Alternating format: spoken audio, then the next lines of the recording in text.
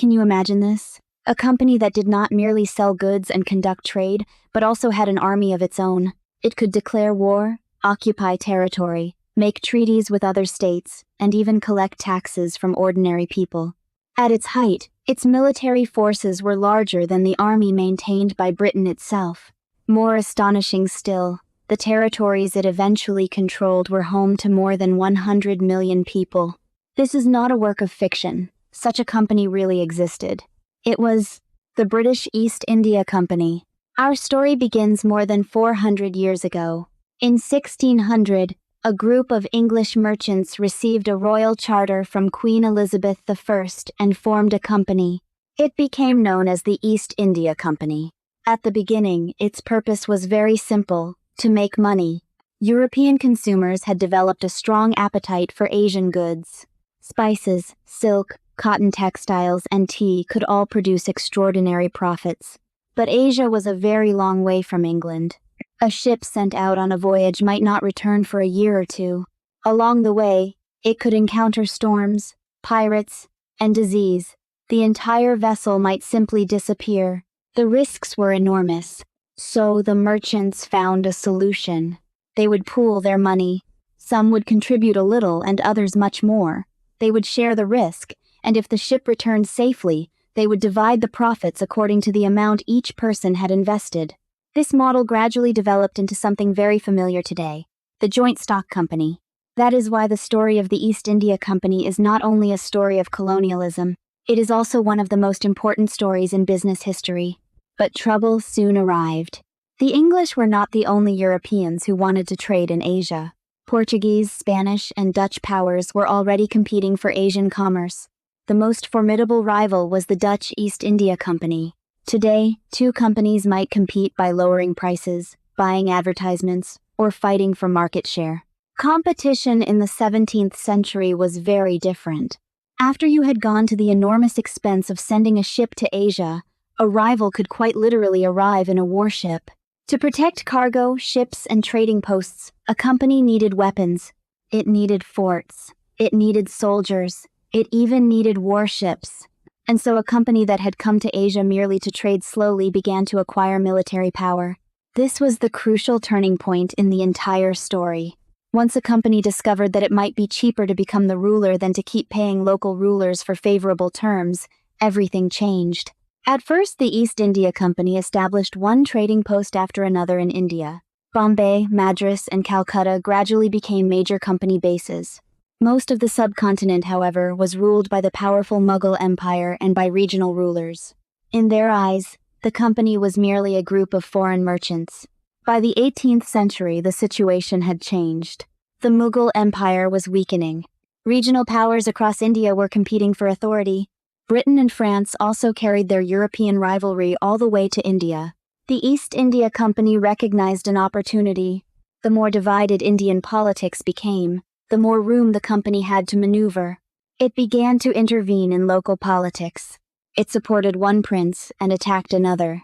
It lent troops to one side, then demanded concessions from the other. In 1757, a battle that would change the fate of India took place. The Battle of Plassey. Siraj-ud-Dowlah, the Nawab of Bengal, had entered into a serious conflict with the East India Company. The company forces were commanded by Robert Clive, who would later become one of the best-known figures in British India. On paper, the company was at a severe disadvantage. The Nawab's army greatly outnumbered the company's forces. The outcome should have seemed obvious. But Clive did not rely on soldiers alone. He did something distinctly corporate. He negotiated a deal. Clive secretly contacted Mir Jafar, one of the leading commanders in the Nawab's army. The terms were simple. Do not truly fight for the present ruler. If we win, we will support you as the new Nawab of Bengal. When the Battle of Plassey began, the Nawab's army was enormous, but important sections of it did not actively join the fight. Against all expectations, the East India Company won. The most frightening consequence was not that the company had captured a city. It was that the company had begun to command the politics and wealth of Bengal. The East India Company was no longer in India simply to purchase goods. It had begun to decide who would rule part of the subcontinent. A few years later, the company took another enormous step. In 1765, it obtained the Diwani of Bengal, Bihar, and Orissa. In practical terms, that meant the right to collect land revenue and customs duties. This was a decisive transformation. How does an ordinary company make money? First, it raises capital. It uses that money to buy goods. Then it sells those goods. But the East India Company now realized something. Why did it need to send money all the way from Britain? It could collect revenue directly from the people of India. It could use Indian tax revenue to purchase Indian goods. Then it could ship those goods to Europe and sell them there. In other words, it used the money of the governed to buy what the governed produced and carried the profit back to Britain. The East India Company had become a creature almost without precedent in history. It had shareholders. It had a board of directors.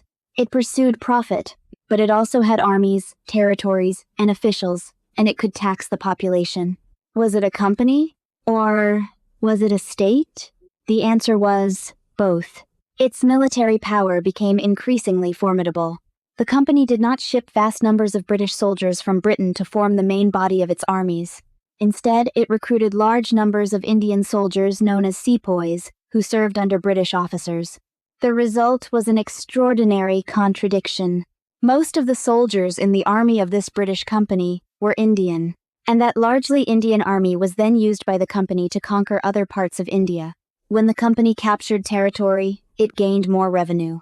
More revenue paid for more troops. More troops could capture still more territory. It created a terrifying cycle. Land produced revenue. Revenue supported armies. Armies acquired more land. By the early 19th century, the East India Company's armies numbered about 250,000 men. A private corporation had become one of the most powerful military forces in Asia. But this raised a fascinating problem. If you are a shareholder, what do you want? You want the company to earn as much money as possible. A government, however, has to consider very different questions. Can the population survive? Will society descend into unrest? Will there still be revenue to collect next year? The East India Company was trying to perform both roles at once. It had to govern, while also pursuing profit. That contradiction soon produced grave consequences. In the 18th century, Bengal suffered a devastating famine in which a vast number of people died.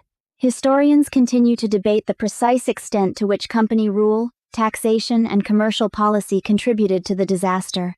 But one fact is clear. The East India Company did not become an ordinary government in response. It remained a company answerable to its shareholders. Even more ironically, after gaining access to immense wealth in India, the company itself fell into financial crisis. In the 1770s, it had to seek assistance from the British government.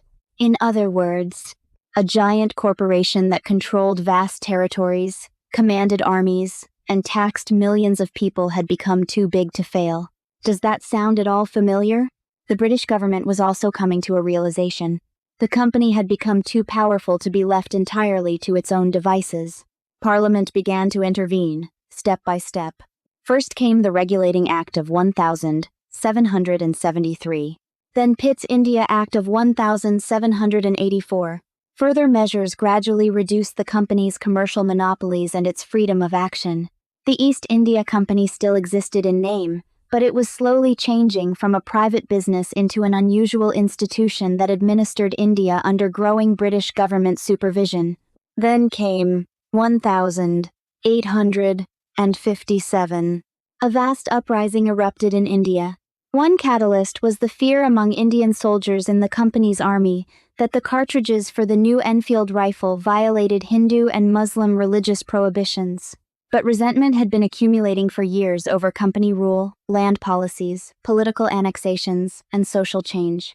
The uprising spread rapidly.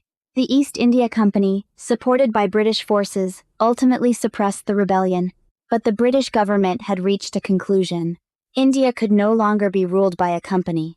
In 1858, following the Indian Rebellion of 1857, the British Crown formally took over the governance of India from the East India Company. The company that had once possessed armies, territories, and tax revenues, and had shaped the lives of more than 100 million people, finally lost its most important powers.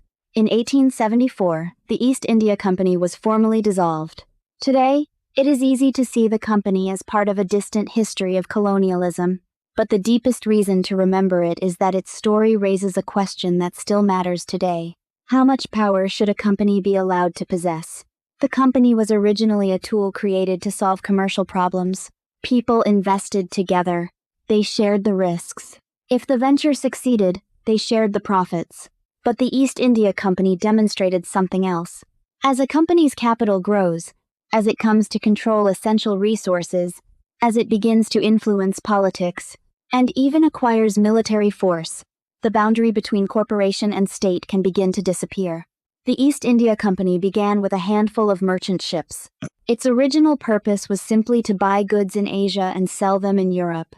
More than 2 centuries later, its legacy was no longer merely tea, cotton textiles, and spices. It had left later generations with an unavoidable question. When a company's power becomes great enough to change the destiny of nations, is the state still governing the company, or is the company beginning to reshape the state?